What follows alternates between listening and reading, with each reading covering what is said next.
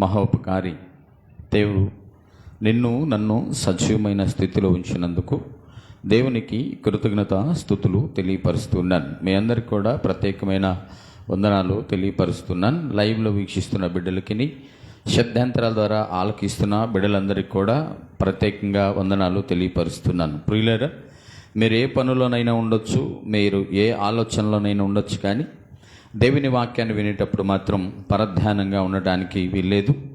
మీరు ఒకవేళ మందిరానికి రాకపోయినా, మందిరం బయట ఉన్నా కూడా ఆడతా పాడతా అనకుండా చక్కగా దేవుని వాక్యాన్ని ఓ భయముతో, ఓ భక్తితో ఆలకించడం మంచిది. ఈ విషయాన్ని గమనించాలి. చాలామందికి పనులు ఉండి కూడా దేవుని వాక్యాన్ని వినాలనే ఆసక్తి ఉండి ఆ దేవుని వాక్యాన్ని పోగొట్టుకోవడానికి ఇష్టపడక తనకున్న పనులను మరి మానుకొని కొంతమంది వాక్యాన్ని వింటారు. దేవుడు ఇలాంటి వారిని కూడా గమనిస్తూ ఉంటాడు. కాబట్టి నువ్వు రెండు పడవల మీద కాలేసి ఏదో ఒక దారికి వెళ్తాంలే అనుకుంటే మధ్యలో కూలిపోతావు. కాబట్టి పని అన్నా చేసుకో, వాక్యమన్నా విను. అంతేగాని వాక్యం వింట పని చేసుకున్నానని మార్త చెప్పే మాటలు చెప్పొద్దని ఖచ్చితంగా లేఖనాలు చెబుతున్నాయి. ప్రియులరా, వాక్య భాగంలోకి వెళ్దాం రండి. దేవుడు నా మదిలో పెట్టిన మాటలను మీకు తెలియపరిచి నేను కొద్దిసేపు వాక్యంలోకి వెళ్ళాలని ఆశ కలిగి ఉన్నాను. దేవుడిచ్చిన అవకాశాన్ని సద్వినియోగం చేసుకుందాం. దేవుడు వాక్కులతో మనతో మాట్లాడునుగాక. ఆమేన్. రండి. మొదటి రాజుల గ్రంథము 18వ అధ్యాయం. మొదటి రాజుల గ్రంథము 18వ అధ్యాయం. జాగ్రత్తగా గమనించగలిగితే ఈ అధ్యాయాన్ని మనం ధ్యానం చేస్తే మనకి కనపడేది ఎవరు కనపడతారు ఇక్కడ? ఏలియా, ఆహాబు కనబడతారు కదా. జాగ్రత్తగా వినాలి. ఈ వాక్యము అందరికీ తెలిసిందే, కానీ దేవుడు మనతో ఏమన్నా కొత్తగా మాట్లాడడానికి, కొత్తగా మనల్ని బలపరచడానికి ఏదన్నా అవకాశం ఉందేమో చూద్దాం. అయితే నిజమే, ఈ గ్రంథాన్ని చదివే ప్రతి వారు కూడా అయితే ఏలియా గురించి మాట్లాడతారు, లేకపోతే అహాబు గురించి మాట్లాడతారు. కానీ ఈరోజు యెజబెల్ గురించి మాట్లాడతారు కదా. కానీ ఈరోజు దేవుడు ఒక సరికొత్త తరహాలో 3వ వచనంలో మాట్లాడబోతున్నాడు. 3వ వచనం నుంచి కొన్ని మాటలు ధ్యానం చేద్దాం. మీ ఉద్దేశాన్ని కనుక్కుందామని ఈ మాట చెప్పానన్నమాట. 18వ అధ్యాయం అనే మాటని చదివి అక్కడ ఆపాను, కావాలని ఆపాను. అంటే మీరు ఎంతగా ఆలోచిస్తారు అనేది. నిజమే, చాలామంది కూడా వాక్యాన్ని చెప్పేటప్పుడు యోనా పారిపోయాడు అంతవరకే, మోషే ఆగిపోయాడు అంతవరకే, యాకోబు మోసగాడు అంతవరకే, పేతురు తొత్తరగలిగిన వాడు అంతవరకే. ఎలాగా అంటే మనం ముందు ఏ భాగం వెళ్తే ఆ భాగంలోకి వెళ్ళిపోయి అక్కడే ఆగుతూ ఉంటాం. అంటే నడిపించేవాడి లోపాన్ని బట్టే ఉంటుంది. ఇది ఖచ్చితంగా చెప్తున్నాను. బైబిల్ని ఒక మనిషి ఒకటి చెప్పాడని ఆ మనిషి తర్వాత మిగతా వాళ్ళు కూడా అదే చెప్పడం వల్ల విశ్వాసులు కూడా ఎక్కడ ఆగుతున్నారంటే అక్కడే ఆగుతున్నారు. కాబట్టి నిజమే కదా. సంసోను గురించి తీసుకుంటే సంసోన్ని పెద్ద వ్యభిచారం చేసి మాట్లాడతాం మనం. రాహాబు వేశ్య చెప్పేస్తాం, ఇక అయిపోయింది అంతే. సమర స్త్రీ వేశ్య ఇలా చెప్పుకుంటూ వెళ్తాం. కానీ దాని ముందు దాని వెనక ఏం జరిగింది, ఆ జరిగిన సంఘటన ఏంటి, దానికి మనం ఏం పొందుపరచాలి, ఏం పొందుపరిస్తే ఆమె అక్కడి నుంచి వచ్చింది, ఆ తర్వాత ఆమె చరిత్ర ఏంది, ఆయన చరిత్ర ఏందని చెప్పగలిగితే బైబిల్ వాక్యం కూడా ఇంకా కొంచెం ముందుకి లోతుకు వెళ్ళి ఇంకా అనేక మందిని ప్రభావితము చేయడానికి అవకాశం ఉంటుంది. దేవుని స్తోత్రం. కాబట్టి ఈ వాక్యంలో నేను చెప్పాలనుకున్న వ్యక్తి అహాబు కాదు, నేను చెప్పాలనుకున్న వ్యక్తి ఏలియా కాదు, నేను చెప్పాలనుకున్న వ్యక్తి యెజబెలు కాదు. ఈ ముగ్గురు కాకుండా ఇంకో వ్యక్తిని మీకు పరిచయం చేయాలని చూస్తున్నాను. మీకు తెలుసు, నాకన్నా ముందు బైబిల్ చదివిన వారు మీకు తెలుసు. కానీ అంతగా మనం ఏం చేస్తామంటే మంచి పేరు కలిగినడితే సావాసం చేస్తాం, అవునా కదా. మంచి పేరు ఉండవాడితో సహవాసం చేస్తాం, బాగా బలం ఉండవాడితో సహవాసం చేస్తాం, మంచి అందగాడితో సహవాసం చేస్తాం, బాగా కొట్టేవాడికి లోబడతాం అంతవరకే. అంటే బాగా బాగా బాగా అనే కాడ ఉంటాం. అడుగును పడిన వాళ్ళు ఎవరన్నా ఉంటారా అంటే ఆడితో మనకేం పని. కానీ అడుగును పడిన వారిని కూడా చూస్తూ ఉంటే అప్పుడప్పుడు కొంత అనిపించింది, నా బ్రతుకు దీనిలా కూడా లేదు కదా అని అనిపించింది అనమాట. కాబట్టి ఇక్కడ 3వ వచనం నుంచి ప్రారంభిద్దాం రండి. ఇక్కడ చదువుదాం ఒకసారి. ఆహాబు తన గుహ నిర్వాహకుడగు ఓబద్యాను పిలిపించెను. ఈ ఓబద్య యెహోవా యందు బహుభయభక్తులు గలవాడై బహుగలపల మీరు జాగ్రత్తగా వినాలి. బహుభయభక్తులు గలవాడై చాలు పరిశుద్ధుడా నీ కొందనాలు, స్తోత్రాలు. మహనీయుడా మహోన్నతుడా మీ కొందనాలు ప్రభా. అయా మరొకసారి నీ పాద సన్నిధిలో ప్రార్థన చేస్తున్నాం. నీ సహాయం కొరకు నాయనా దీనుడనైన నేను నాయనా నీ పాద సన్నిధిలో ప్రాధేయపడి అడుక్కుంటున్నాను ప్రభా. అయాదిగో నా తండ్రి, చదవబడిన వాక్యం ఏ రీతిగా ఉచ్చరించాలో, ఏ రీతిగా వెదజల్లాలో ప్రభా మొదటిగా నాకు తెలియపరచండి నాయన. వినుచున్న బిడ్డలు కూడా వారి హృదయం అనే మెత్తటి పలకల మీద ఎలా రాసుకోవాలో నాయన, హృదయం అనే మెత్తటి నేల మీద ఎలా నాటుకోవాలో ప్రభా బిడ్డలకు కూడా తెలియపరచండి. శబ్దాంతరాల ద్వారా వింటున్న గ్రామస్తులకును, లైవ్లో వింటున్న బిడ్డలకును ప్రభా అయ్యా మీరు జ్ఞానాన్ని తెలియపరచమని అడుగుతున్నాను నాయన. జ్ఞానాన్ని ఉత్పత్తి చేయమని అడుగుతున్నాను ప్రభా.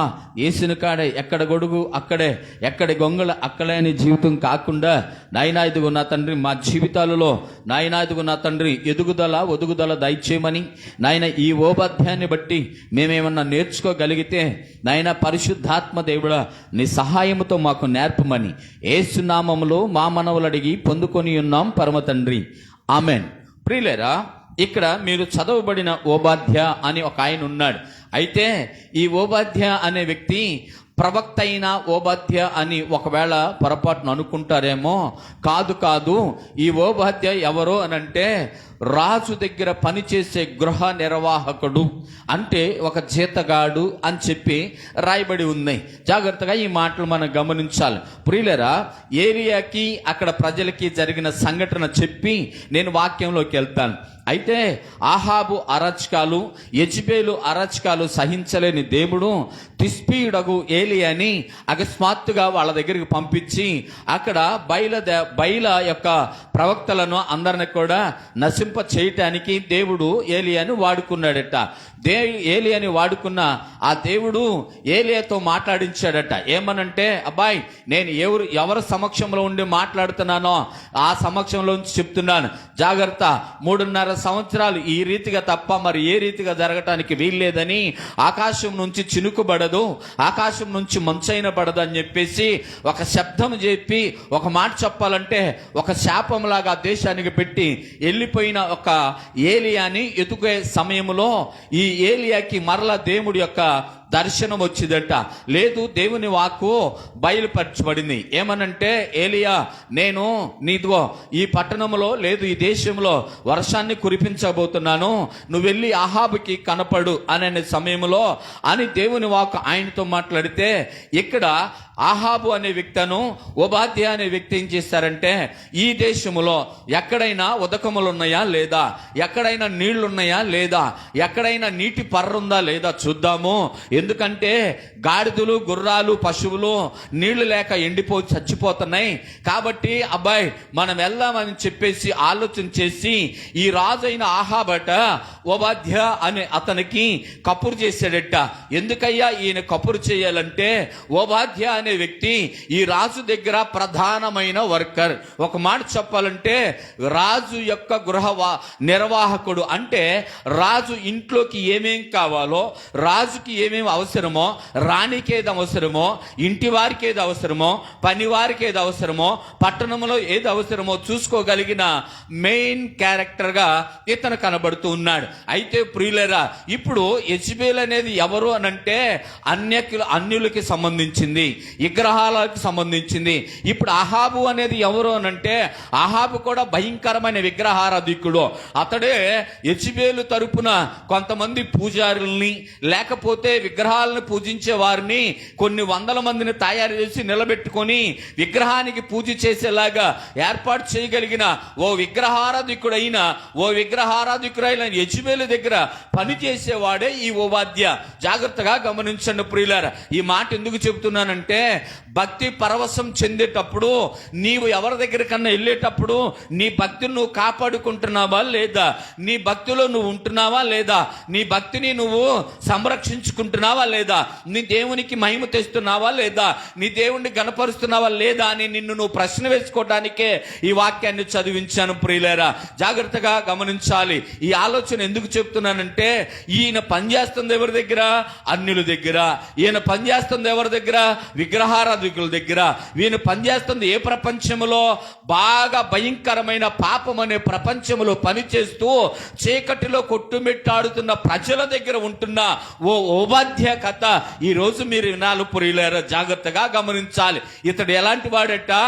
ఆ గృహ నిర్వాహకత్వములో మెయిన్ పాత్రను పోషిస్తూ దేవుని మీద బహుభయము కలిగిన భక్తి కలిగిన వ్యక్తే ఈ ఓబాద్యా అని రాయబడి ఉంది ఇక్కడ. దేవునికి స్తోత్రం.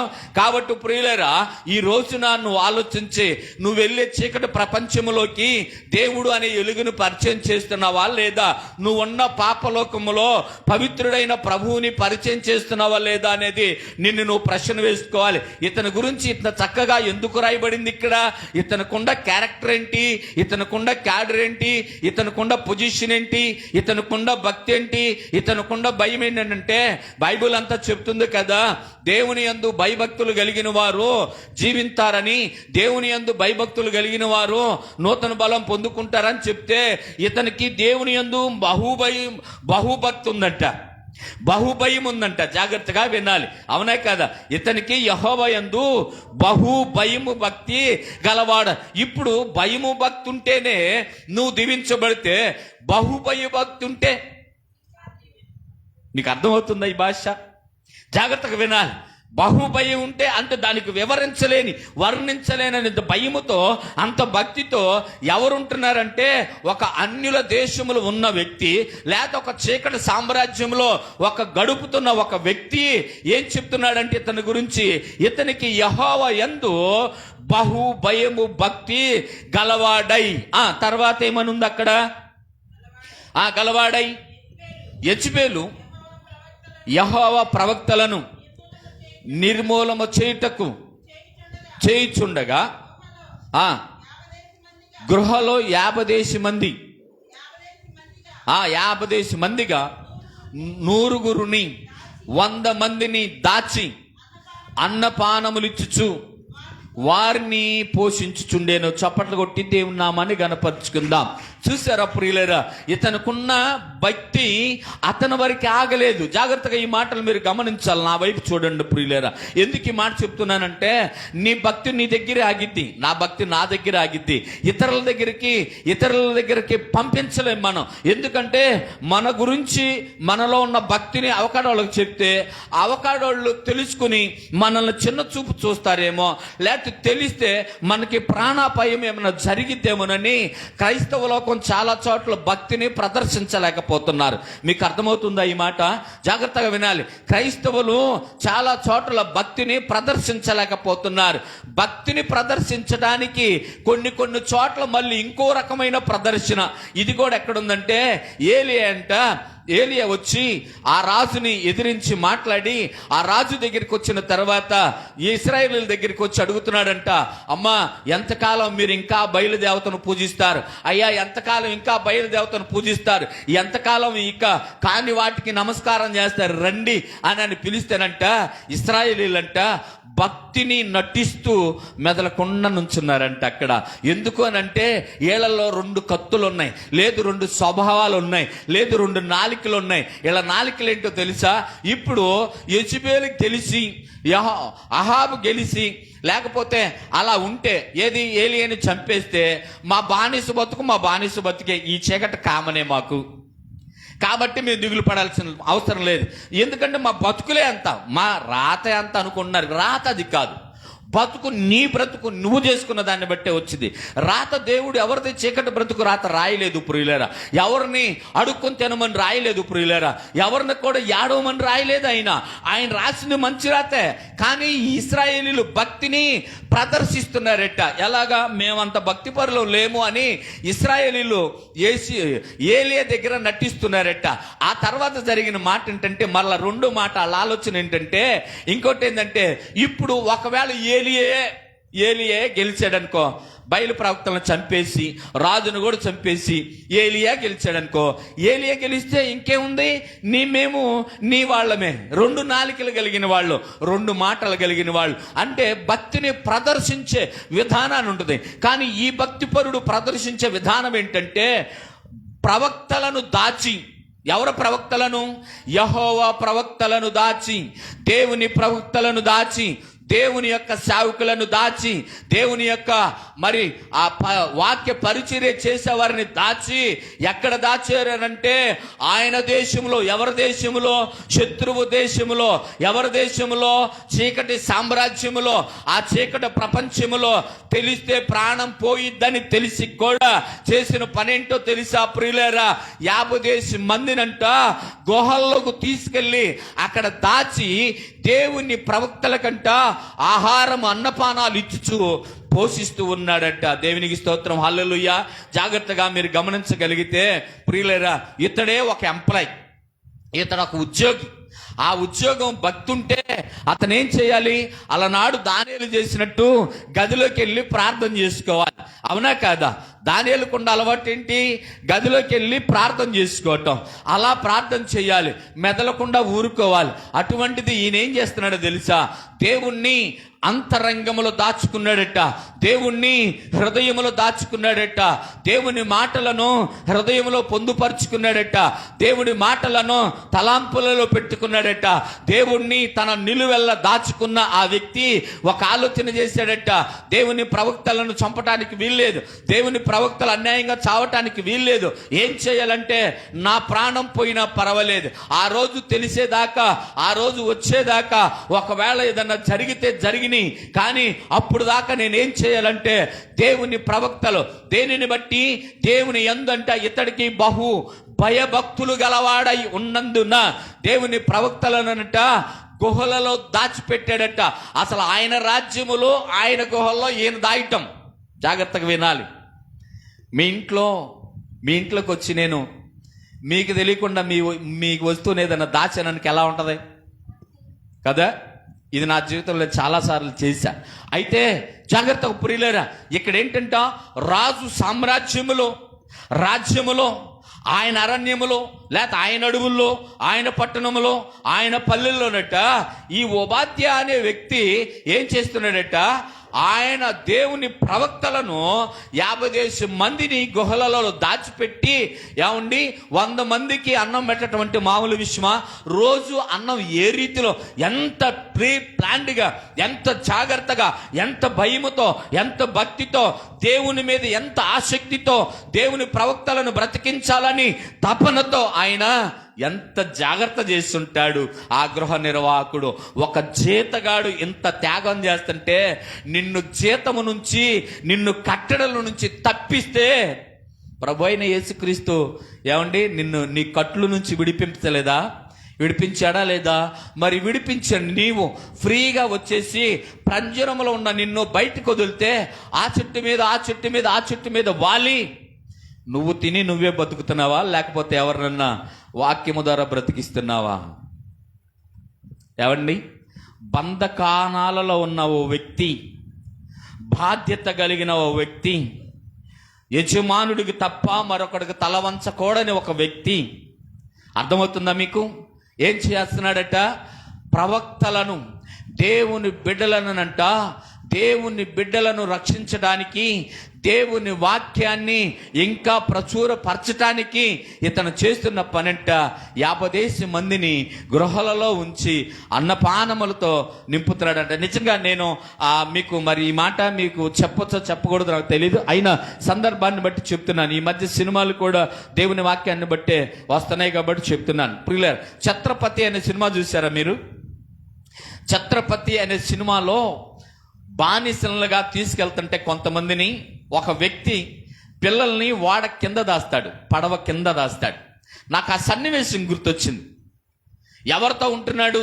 విలన్తో ఉంటూ ఆ పిల్లోడిని తీసుకెళ్ళట్టే, ఈ పిల్లోడిని తీసుకెళ్ళిట్టే అని కొంతమంది పిల్లల్ని తీసుకెళ్ళి దాని కింద దాచినప్పుడు, ఆ దాచిన తర్వాత వెనక నుంచి విలన్ వస్తాడు. అప్పుడు అతని ముఖాన్ని చూడాలి, చాలా నిస్సహాయ స్థితి. ఏం చేస్తంటే చచ్చిపోతాననే భయం కాదు, కానీ కాపాడలేకపోయాను రా. ఆ సన్నివేశం నిజంగా ప్రియులేరా, ఈ ఓబద్య కూడా అదే పరిస్థితి. ఎవరు చూస్తే, రాజు అనేవాడు చూస్తే, యెజబెలు చూస్తే, అక్కడ పనివారు చూస్తే, అక్కడ అధిపతులు చూస్తే, ఇతని పరిస్థితి ఏంటంటే కాపాడలేకపోయానే అని కన్నీరు పెట్టుకోవటం తప్ప మరొక పరిస్థితి లేదు. అయినప్పటికీ అతను ఏమంటున్నాడంటే, ప్రాణం పోయినా పర్వాలేదు కానీ దేవుని ప్రవక్తలు మాత్రం రక్షించబడాల్సిందే. చప్పట్లు కూడా దేవుని నామాన్ని కనపడదాం ప్రియులారా. మరి నీ పరిస్థితి ఏంటి? నీకు పరువు పోయిద్దేమోననే భయం. నలుగురిలో సువార్త చెప్పేటప్పుడు పరువు పోయిద్దేమో, నా గురించి ఏమో అనుకుంటారేమో, నన్ను చూడు, నా యవ్వనాన్ని చూడు, నా వయసును చూడు, నాకున్న క్యారెక్టర్ని చూడు, నాకున్న క్యారెక్టర్ని చూడు అని అంటే నువ్వు అసలు వేస్ట్. అంతే, నువ్వు వేస్ట్ అంతే. ఆయనకున్న క్యారెక్టర్ ఏంటి? ఆయనకున్న క్యాడర్ ఏంటి? ఆయన ఉన్న పొజిషన్ ఏంటి? దొరికితే చంపేస్తారు, తెలిస్తే ఉరిదేస్తారు, తెలిస్తే ఇంకా ఆయనకు ఉద్యోగం కూడా ఉండదు. ఏమున్నా లేకపోయినా ఆయన అంటున్నాడు కదా, నా దేవుని మీద నాకుండా బహు భయము భక్తి ఆయన ప్రవక్తల్ని రక్షించుకోవటమే. ప్రియుల, నిజంగా చెప్తున్నాను, ఈరోజు నువ్వు చేసే పని, నేను చేసే పని, మనం చేసే పని ఏంటంటే, అవకాశం వస్తే 4 గోళ్ల మధ్య అయితే దేవా, యేసయ్యా, వందనాలయ్యా, స్తోత్రాలయ్యా అంటున్నాం. కానీ 10 మందిలో నీ ప్రవర్తన ఏంటి?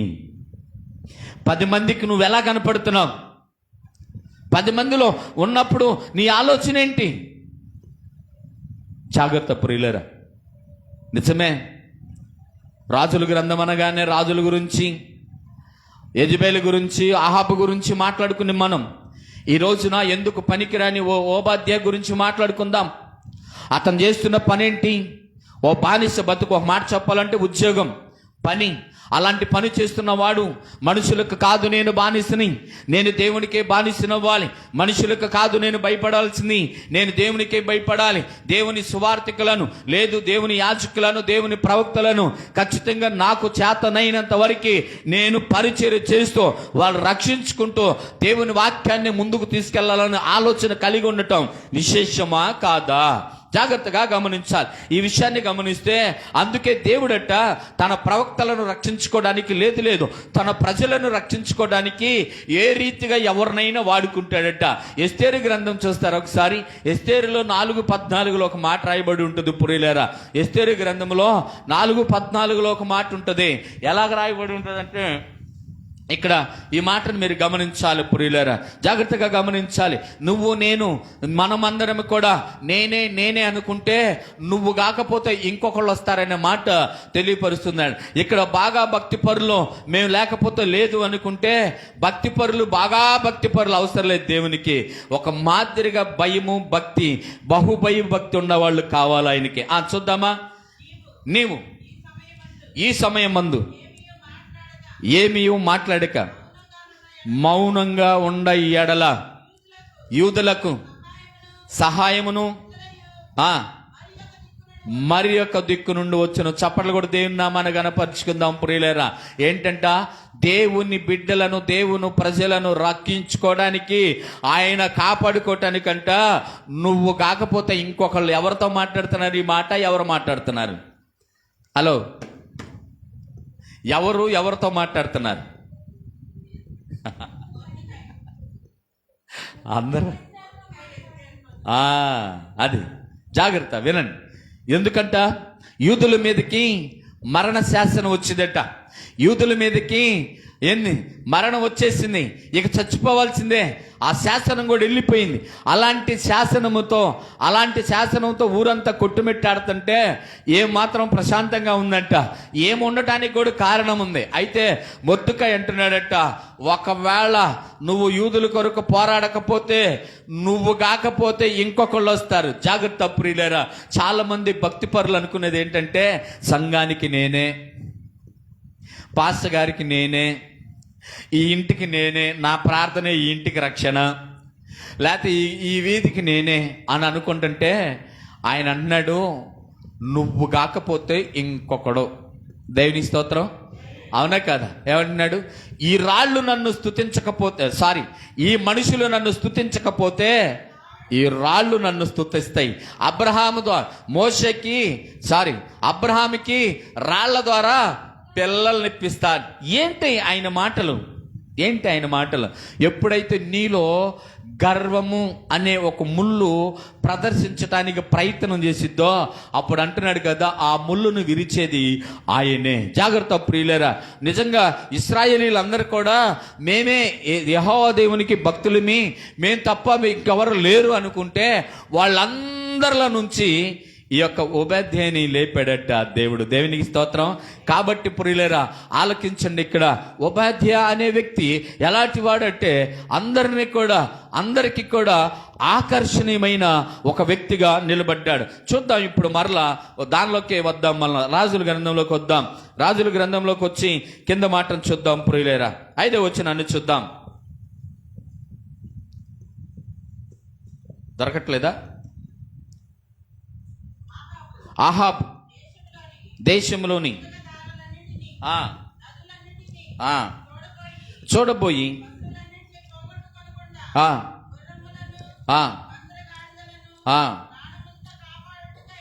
కాపాడుటకై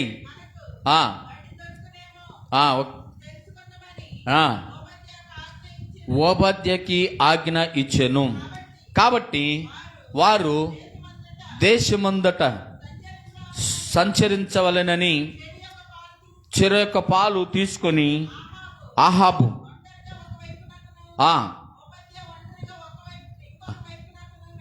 చాలు జాగ్రత్తగా వినండి ప్రియులారా. ఎందుకు వెళ్ళారట వీళ్ళు? ఇందాక మీకు చెప్పాను. ఇదంతా కూడా ఈ స్టోరీ అంతా కూడా చెప్పాను. ఎందుకు? గడ్డి కోసం లేకపోతే నీరు కోసం వెళ్ళిన వీరికి అయితే అప్పటికే దేవుని వాక్కు ఏలియాకి దర్శనం వచ్చి ఏలియాకి మళ్ళీ చెప్పిన మాట కూడా మీకు చెప్పాను. అయితే ఇక్కడ ఏలియాకి మరి అలాగే ఓబద్యాకి జరిగిన ఓ సంఘటన చెప్పి నేను ముగించడానికి ఇష్టపడతాను. రండి 11వ వచనం నుంచి ఒకసారి మనం చూద్దాం. 11వ వచనం నుంచి చూడండి ప్రియులారా. నీవు నీ ఏలిన వారిని చెంతకు పోయి ఏలియా ఇచ్చట ఉన్నాడని చెప్పమని నాకు ఆజ్ఞ ఇచ్చుచున్నావే. అయితే నేను నీ యొద్ద నుండి పోవు క్షణమందే యెహోవా ఆత్మ నాకు తెలియని స్థలమునకు నిన్ను కొంచిపోవును. అప్పుడు నేను పోయి అహాబునకు వర్తమానము తెలియజెప్పిన తర్వాత నీవు అతనికి కనపడని ఎడలా అతడు నన్ను చంపివేయును. జాగ్రత్తగా ఈ మాటలు గమనించండి ప్రియులారా. ఏలియా కోసం వీళ్ళు ఎతుకుతున్నది వేరు. ఏలియా కోసం చాలా మంది ప్రజలను కూడా పంపించాడంట ఆహాబు. ఏమని? ఏలియా ఎక్కడున్నాడో ఎతకండి, ఏలియా ఎక్కడున్నాడో దౌలాడండి, అతను పట్టుకురండి, అతను ఏదో ఒకటి చేసేద్దామని ఎతుకుతుంటే రాజ్యాలు ఎతికినా కూడా ఏలి అంటే కనపడలేదట. ప్రజలందరూ కలిసి ఎతుకుతున్నా కూడా కనపడలేదంట. ఎందుకని కనపడలేదంటే అదొక సబ్జెక్టు, మనకు సంబంధం లేదు. కానీ ఒక మాటలో చెప్పాలంటే దేవుడు దాచాడు కాబట్టి ఏలియా వాళ్ళకి కనపడలేదు. దట్సాలిక అంతవరకే. అయితే ఇక్కడ కనపడుతున్న విషయం ఏంటంటే ఆహాబు ఒక మార్గాన్ని వెళ్ళాడట, ఓబద్యా ఒక మార్గాన్ని వెళ్తే ఓబద్యాకి అలా కనపడ్డాడంట. 10వ వచనంలో కనపడిద్ది. ఆ మాట చదవవసరం లేదు. అలా కనపడగానే ఆయనంట ఓబద్యా అంట ఏలియాను చూడగానే గుర్తుపట్టి నా ఏలిన వాడు నీవే కదా అని నమస్కారం చేశాడు. సాష్టాంగ నమస్కారం చేసి నీవే కదా అనంటే అబ్బాయి నేనేరా, అయితే నువ్వు వెళ్ళి మీ యజమానుడికి చెప్పు అనంటే అయ్యా ఏంటయ్యా నువ్వు చెప్పేది? వీళ్ళిద్దరి మధ్య డిస్కషన్ జరుగుతుంది. ఏమని జరుగుతుందంటే నేను ఇక్కడికి వచ్చానని నువ్వు వెళ్ళి మీ యజమానుడికి చెప్పు అంటే ఏనేమంటున్నాడంటే అయ్యా నిన్ను ఎతకటానికి పంపను, రాజ్యము లేదు లేదు, వెళ్ళని ప్రజలు లేరు, ఎవడు చూసినా మాకు కనపడలేదు అని అంటున్నాడు. ఇప్పుడు గనక నేను వెళ్ళి అక్కడ ఏలి ఉన్నాడు, నువ్వు రా అంటే ఆ వచ్చే టయానికి నువ్వు లేకపోతే మా యజమానుడు ఏం చేస్తాడు? దెబ్బకు నన్ను చంపేస్తాడు. ఇప్పుడు క్షణములోనే నిన్ను తీసుకెళ్తాడనే మాట కాడికే ఒక మాట గుర్తొచ్చింది ప్రియులారా. ఏంటంట, ఇప్పుడు నేను వెళ్ళి ఓబాద్యాన్ని నేను వెళ్ళి అక్కడ అహాబుకి తెలియపరుస్తాను. ఏమని? ఏలి అక్కడ ఉన్నాడయ్యా, రా అని చెప్పినప్పుడు నేను వెళ్ళగానే దేవుని ఆత్మ, జాగ్రత్తగా వినాలి ఈ మాట, దేవుని ఆత్మ వచ్చి నాకు తెలియకుండా క్షణములోనే నిన్ను తీసుకెళ్ళిద్దయ్యా అన్నప్పుడు ఫిలిప్పీలకు రాసిన పత్రికలో ఒక మాట గుర్తుంది. సారీ అపోస్తుల కార్యము 18:8-39 రాయబడిన మాట ఏంటంటే, నపంసకుడుంట బండి మీద వెళ్తా ఉంటాడంట ప్రియులారా. జాగ్రత్తగా వినాలి ఈ మాట, అవునా కాదా? బండి మీద వెళ్తా ఉన్నప్పుడు ఈ యొక్క దేవుని ఆత్మ ఎవరిని? ఫిలిప్పుని కొనిపోబడినట్లుగా. ఎట్లా? సెకండ్లో. లేదు, ఆ నపంసకుడికి బాప్తిసం ఇచ్చి ఒట్టెక్కగానే దేవుని ఆత్మ ఏం చేసిందంట? ఫిలిప్పుని ఇలా తీసుకెళ్ళాడట. అలాగే ఈయన ఏమంటున్నాడంటే, అయ్యా దేవుడు ఆత్మ గురించి నాకు తెలుసు, నేను ఒకవేళ ఇలాగ వెళ్ళగానే దేవుడు ఆత్మ వచ్చి నిన్ను తీసుకెళ్తే నా పరిస్థితి ఏంటి?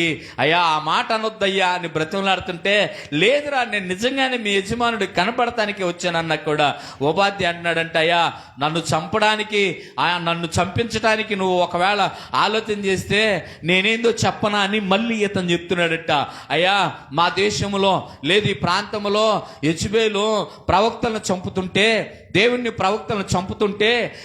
ప్రవక్తలను చాలా మందిని నేనేం చేశానో తెలుసా? 50 మందిని అయా గుహల్లో దాచి 100 మందిని పోషిస్తూ అయా దేవుని నామాన్ని గణపరుస్తున్నానయ్యా నేను అని చెప్పి అన్నాడట. దేవుని స్తోత్రం. కాబట్టి ప్రియులారా, చెప్పుకోవటానికి నీకు చరిత్ర ఉందా? ఇది చెప్పాలి, అవునే కాదు? చెప్పుకోవడానికి మనకు చరిత్ర కావాలి. దేవుని మందిరములో నా క్యారెక్టర్ ఇది, దేవుని సమాజంలో నేను ఇది, దేవుని ప్రవక్తల దగ్గర నా ప్రవర్తన ఇది, దేవుని సువార్త ప్రకటించే విషయంలో నా ఒరవడి ఇది, దేవుణ్ణి గణపరిచే విషయంలో సమాజంలో నేనిది అని చెప్పగలిగిన ఓ భక్తి మనకు కావాలి.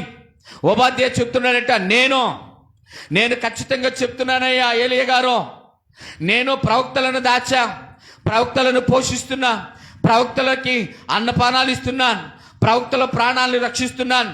ఎందుకు అనంటే దేవుడి మీద నాకు బహు భయము భక్తి ఉన్నది కాబట్టి నేను చేస్తున్నా అని చెప్పగలిగిన ఓ మాట నీకు కలిగి ఉందా? జాగ్రత్త ప్రియులారా. మనము ఏదో వచ్చాము వెళ్ళాము, ఏదో చదివాము విన్నాము కాదు, కానీ దేవుని కొరకు నువ్వు చేసిన త్యాగం ఏంటి?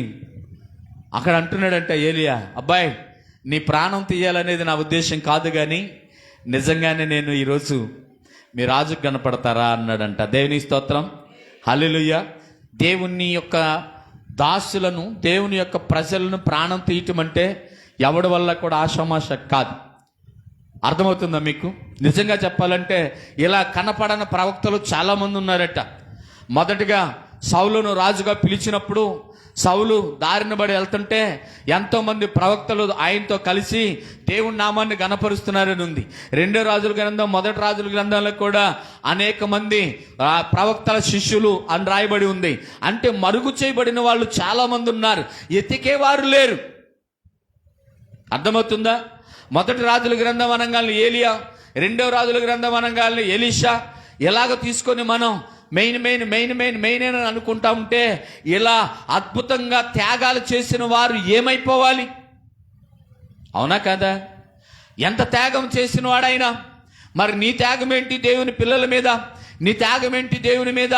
నీ త్యాగం ఏంటి దేవుని పరిచర్య మీద? దేవుని సంఘములో నీ త్యాగం ఏంటి ప్రియులారా? దొరికితే చంపేస్తారు, తెలిస్తే ఉద్యోగంతో పాటు కుటుంబాన్ని కూడా ఒక గొట్లో వేసి తగలబెట్టి చంపేస్తారు, కుటుంబాన్ని కూడా. అలాంటి పరిస్థితుల్లో కూడా ఈ ఓబాద్య అంటున్నాడు కదా, ఆ ప్రవక్తలను దాచిపెట్టి పోషిస్తున్నానని సెలవిస్తున్నాడు. నీ పరిస్థితి ఏంటి ప్రియులారా? నువ్వేం చేస్తున్నావు కూడా ఒక్కొక్కసారి నీకే అర్థం కాని పరిస్థితిలో మనం భక్తి పరులు మనం అనుకుంటున్నాం, అంతవరకే. మన భక్తి ప్రదర్శన కనపడాలి. ఎక్కడ కనపడాలి? నటించేటప్పుడు కాదు, ఇశ్రాయేలీయుల వలె నటించేటప్పుడు కాదు. అందుకే యేసుక్రీస్తు అంటున్నాడు కదా, వేషధారుల వలె ఉండొద్దు అని సెలవిస్తున్నాడు. అవునా కదా? వీళ్ళంట వీధుల్లో కనపడతారట, లేకపోతే ఇంటి దగ్గర మాటల్లో ఏదో కనపడతారంటే కానీ అది కాదు భక్తి. వారు పెదవులతో నన్ను స్తుతిస్తున్నారు కానీ నా హృదయం వాళ్ళకి చాలా దూరం, వాళ్ళకి నాకు చాలా దూరం ఉందంట. హృదయం అంటే దేవునికి దూరంగా పెట్టాడంట, పెదాలు మాత్రం పలుకుతున్నాయంట. ప్రియులారా, పెదాలతో పలికేవాడి కన్నా కూడా హృదయముతో దేవుణ్ణి ఆరాధించేవాడు కావాలట. ఈ రోజున ఈ ఓబాద్య అనే వ్యక్తి ఎలాంటి వాడంటే, అక్కడున్న ఇశ్రాయేల్ అందరూ వేరు, ఈ ఓబాద్య ఒక్కడే వేరు. మరి ఇక్కడున్న అందరికన్నా నువ్వు ఎలా ఉన్నావు? ఈ గ్రామంలో చాలామంది ఉన్నారు, మరి నీ క్యారెక్టర్ ఏంది, నీ పరిస్థితి ఏంటి? ప్రియులరా, ఆలోచించే ఒకసారి. చాలామంది వేరు, నేను వేరు అనే మాట కాదు చెప్పాల్సింది, నిజమేంటి చెప్పు. నిజమేంటి? ఇతనికి ఏముందంట? దేవుని మీద భయమును భక్తి గలవాడై ఉన్నాడు. ఆ భయము భక్తి గలవాడు, బహుభయము భక్తి ఉంది కాబట్టే మరణమైనా పర్వాలేదు అని అంటున్నాడు. హెబ్రీ గ్రంథంలో ఒక మాట రాయబడి ఉంది చూడండి. హెబ్రీలకు రాసిన పత్రికలో ఒక మాట రాయబడి ఉంది. వీళ్ళ త్యాగం ఏంటో మీకు అర్థం అవ్వాలంటే ఈ మాట చదవాల్సిందే ప్రియులారా. హెబ్రీ పత్రిక 11వ అధ్యాయం 39వ వచనంలో ఒక మాట ఉంది, చూస్తారా? 39లో ఒక మాట ఉంది చూడండి. వీరందరూ తమ విశ్వాసము ద్వారా, జాగ్రత్తగా వినాలి ప్రియులారా, వీరందరూ తమ విశ్వాసము ద్వారా సాక్ష్యము పొందిన వారైనను మనము లేకుండా, సంపూర్ణులు కాకుండా నిమిత్తము దేవుడు మన కొరకు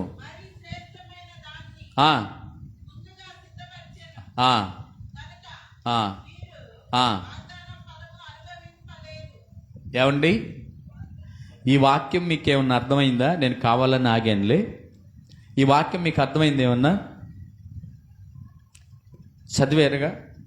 ఈ వాక్యాన్ని నాకు చదివేటప్పుడు ఒక మాదిరిగా చెప్పాలంటే భయం వేసింది. ఎందుకు భయం వేసిందంటే, ఈ వాక్యం అర్థం ఏంటంటే, ఇక్కడ మీరు పరిపూర్ణంగా చదవాలంటే 38 నుంచి చదవండి. సరిగ్గా చదవండి అమ్మా. గొర్రె చర్మములు అక్కడెవరు ఇస్తారు? మళ్ళీ ఒకళ్ళ సగం చదువుతున్నారు. చదవండి. 38 గొర్రె చర్మములను మేకల చర్మములను వేసుకొని దరిద్రులయ్యుండి శ్రమపడి హింస పొందుతూ అడవుల్లోనూ కొండల మీదను గుహల్లోనూ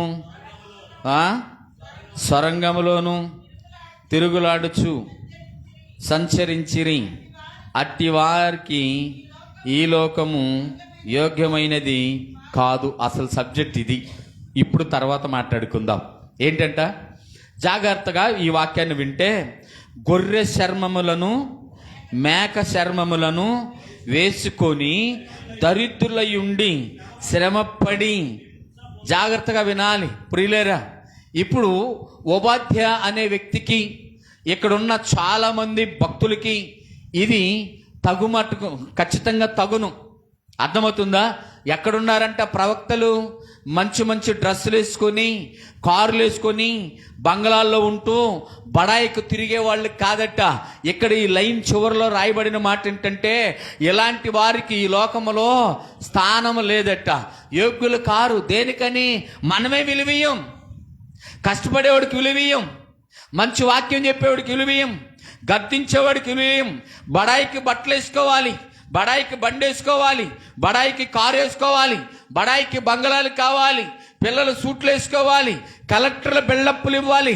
ఇవన్నీ వేసుకుంటే పెద్ద సేవకుడు వచ్చాడు, భలే ప్రవక్త వచ్చాడు అని మనం ఏం చేస్తామంటే దాసోహం అయిపోతాం. ప్రియులేరా, మనం దాసోహం ఎవరికి అవుతామంటే, బాగా వాళ్ళు ఎలా ఉండాలంటే, ఏదో చెప్పామని చెప్పేస్తా ఉండి బాగా హుందాతనంగా ఉంటే వాళ్ళకి విలువిస్తామంట.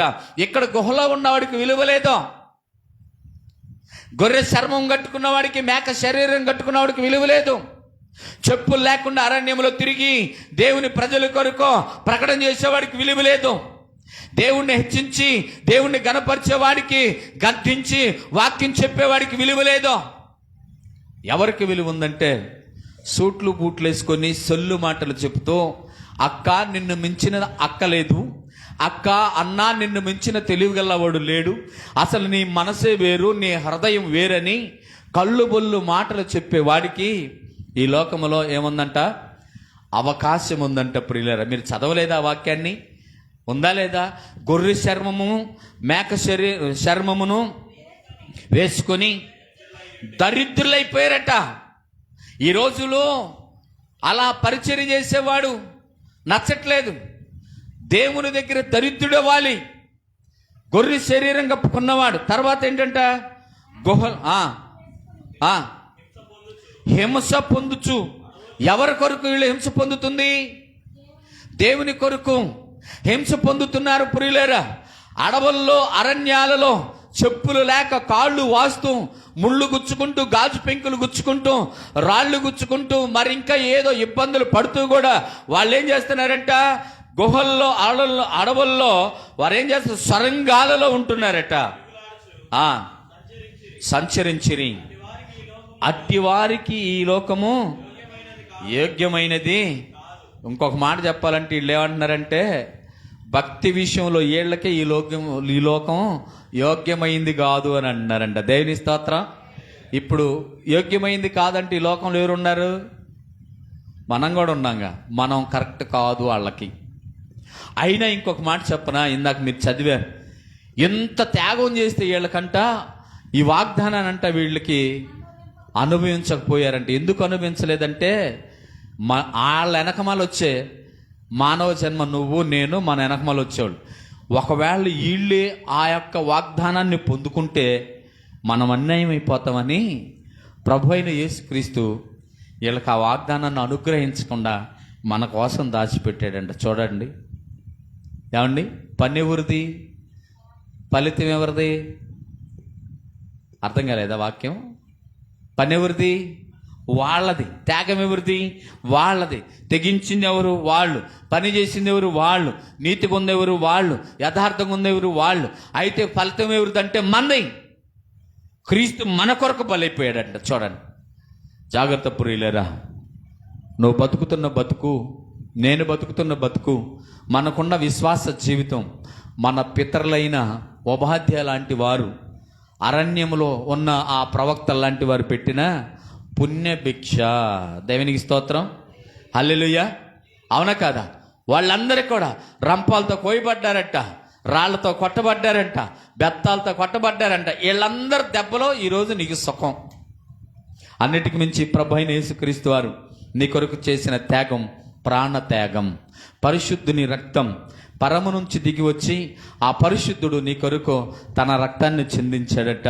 కాబట్టే వాగ్దాన ఫలాన్ని పొందుకోవటానికి దేవుడు నీకు అవకాశం కల్పించాడు. ప్రియులారా, ఆలోచించేయి. ఒక బానిస అని చెప్పొచ్చు ఉపాధ్యాయ గురించి చెప్పాలంటే. అవునే కదా? ఒక పనోడు ఒక తలంచుకొని ఉండాలి, చెప్పించేయాలి, వేరే పెత్తనం చేయటానికి వీల్లేదు. అలాంటి వాడు దేవుని మీద నమ్మకంతో, దేవుని మీద విశ్వాసంతో అతను చేసిన త్యాగం. మీరు ఆ 3వ వచనం నుంచి 16వ వచనం దాకా, మేబీ 15వ వచనం దాకా వాళ్ళిద్దరి గురించి రాయబడి ఉంటుంది. నేను ఉపాధ్యాయ గురించి చెప్తున్నాను. ఉపాధ్యాయకి ఏలియాకి జరిగే డిస్కషన్, ఉపాధ్యాయకి అలాగే ఆహాబు జరిగే డిస్కషన్ అక్కడ రాయబడి ఉంది. మీరు ఇంటికి వెళ్ళి చదవండి. కంక్లూజన్ వచ్చింది. ఈ 16 వచనాలు చెప్పాలంటే 4 రోజులు పట్టింది. ఖచ్చితంగా చెప్తున్నాను. ఈ 16 వచనాలు చెప్పాలంటే 4 రోజులు ఖచ్చితంగా పట్టింది. కాబట్టి అంత ఓపిక నాకు లేదు కాబట్టి మీరు వినలేరు. కాబట్టి ప్రియులారా, ఇప్పుడు నేను ఒక్కటే మాట్లాడుతున్నాను.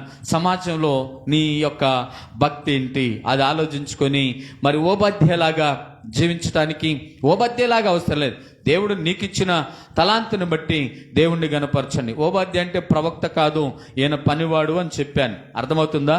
ప్రవక్తల్లో ఒకడైన ఓబాద్య కాదు, ఇతడు పనివాడని చెప్పాను. కాబట్టి ప్రియులారా, మీరందరూ కూడా దేవుని వాక్యాన్ని వినేవారు దేవుని కొరకు బ్రతకాలి, దేవుని రాజ్యం కొరకు సిద్ధపడాలి, దేవుని రాజ్యం కొరకు అనేకులను సిద్ధపరచాలి. లేకపోతే మనం విన్నదాన్ని బట్టి కానీ మనం చేసే భక్తికి కానీ అర్థం లేకుండా పోయిద్ది ప్రియులారా. కాబట్టి ప్రతి వారికి కూడా చేయాల్సిన పని ఏంటంటే దేవుని యొక్క చిత్తాన్ని నెరవేర్చడానికి మనందరం కూడా సిద్ధమై ఉండాలి. అవునా కాదా? దేవునికి కావాల్సింది ఏంటంట? పనివారంట.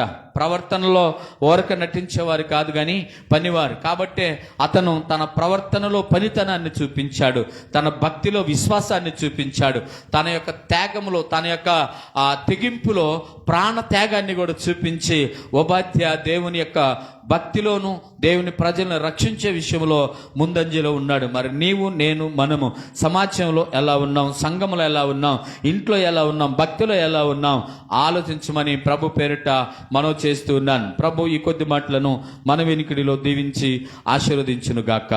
ఆమెన్. ప్రార్థన చేసుకుందాం.